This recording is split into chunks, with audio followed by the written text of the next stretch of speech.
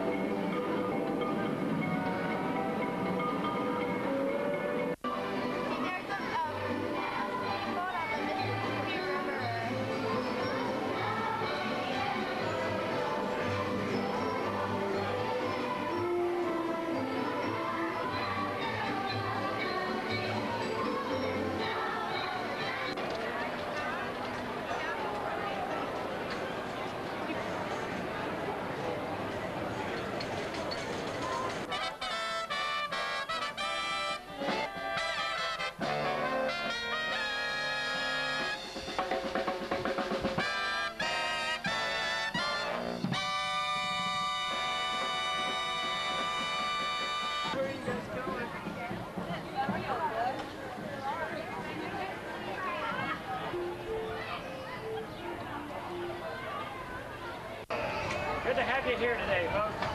Welcome aboard. L'émanation d'un bateau du Mississippi nous amène à Frontierland, cette frontière, bien entendu celle toujours mouvante de l'Ouest américain au XIXe siècle. Frontierland se spécialise dans les émotions fortes. Le stand de tir fracassant de la Rosler Roundup Shooting Gallery, les zigzags aériens et souterrains de la Big Thunder Mountain ou l'épouvante garantie du Phantom Manor. Mais on peut aussi y goûter le calme d'une croisière en vapeur ou d'une randonnée en canoë sur les rivières du Far West avant de se rendre tranquillement au barbecue du Cowboy Cookout. Lorsqu'on y entre par le plaza central, l'ambiance de Frontierland est celle d'une ville minière prospère.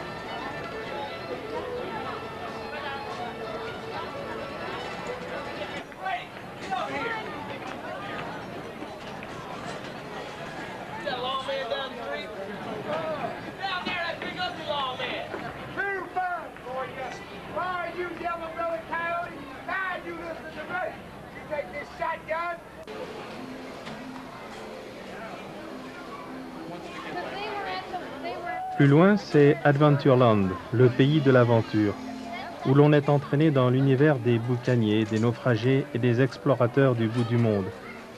On visite, bien entendu, l'île des Robinson, et on se mêle au combat sans quartier des pirates des Caraïbes. Mais il ne faut pas manquer non plus les couleurs et les parfums des épices, les boutiques et les restaurants exotiques.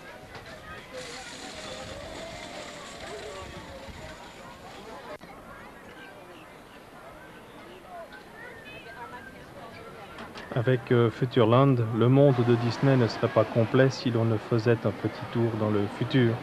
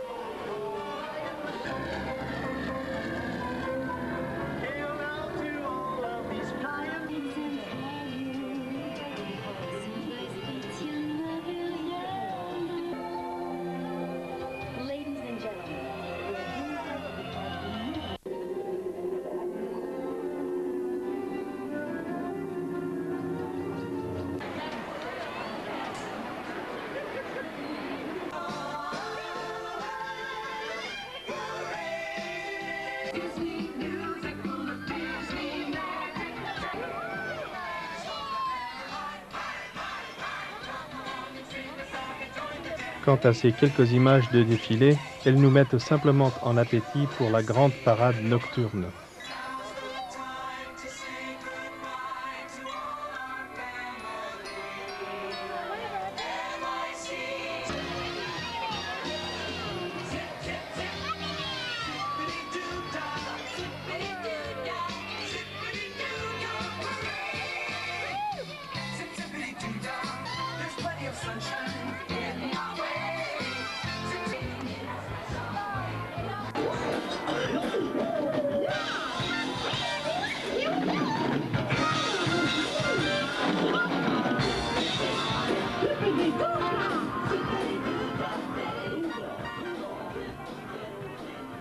En fin de journée, un spectacle est encore donné au pied du château de la Belle au Bois d'Ornement, préparation à une soirée qui s'annonce, ma foi, fort longue.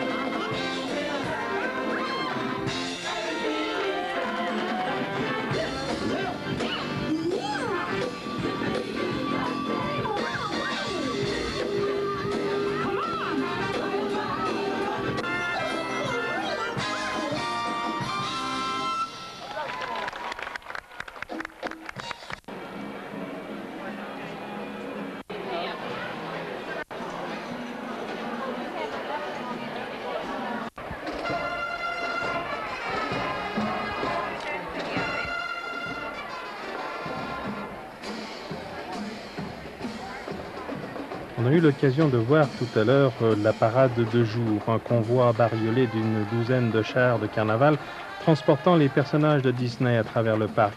On y reconnaît la plupart des personnages favoris qui défilent bien entendu au son des musiques des films qui ont fait leur célébrité. Mais la parade nocturne de la Main Street ou la Main Street Electrical Parade est encore plus extravagante. 700 000 lumières inondent les chars, étincelant des trains, des avions, des calèches de contes de fées, des voitures de course scintillantes dans la nuit sous la conduite de Mickey, Minnie, Dingo, Donald. On peut voir au passage des émanations de Cendrillon, de Pinocchio et également de Merlin l'Enchanteur. Et la parade finie, c'est le tour d'un feu d'artifice tout aussi captivant.